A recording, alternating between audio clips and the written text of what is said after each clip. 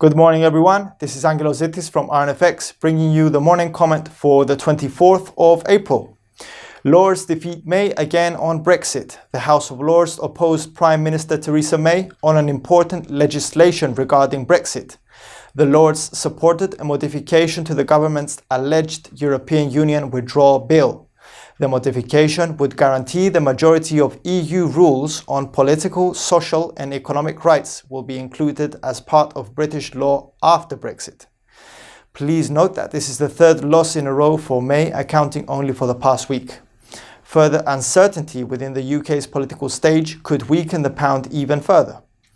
Cable dropped further yesterday, breaking the 139.80 support level, now turned to resistance. Should the momentum continue, we could see the pair dropping even further. However, the pair seems to be stabilizing somewhat currently, as it did yesterday before its drop. If the bears continue to have the upper hand on the pair, we could see it breaking the 139.12 support line and aiming for the 138.36 support level. Should the bulls take over the reins, we could see it breaking the 139.80 resistance line and aim for the 140.95 resistance hurdle.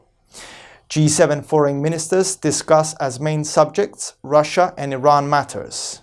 During the G7 meetings on Monday, the leading nations examined ways in order to restrict Russia's activity on geopolitical matters on both conflicts in Syria and Ukraine.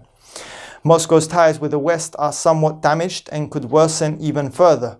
US officials emphasized that its priorities include Iran's harmful regional actions and ending North Korea's nuclear programs.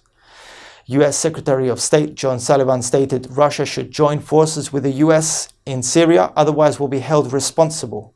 The unresolved dispute of US with Russia could weaken the ruble further. In today's other economic highlights, during today's European session, we get Germany's IFO business climate for April, while in the American session, we get the US consumer confidence indicator for April, as well as the new home sales figure for March. All these indicators could move the EUR/USD somewhat. EUR/USD also traded in a bear's market yesterday, breaking both the 122.60 and 122.20 support levels, now turned to resistance.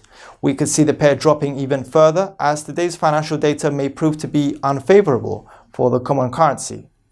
On the other hand, the green pack seems to be enjoying a positive momentum due to the rise of the US 10-year Treasury yield to almost 3%.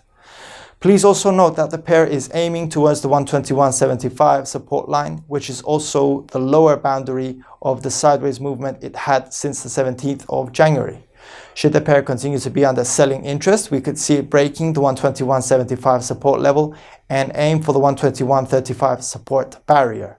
Should it find buying orders along its path, we could see it breaking the 122.20 resistance level and aim for the 122.60 resistance hurdle.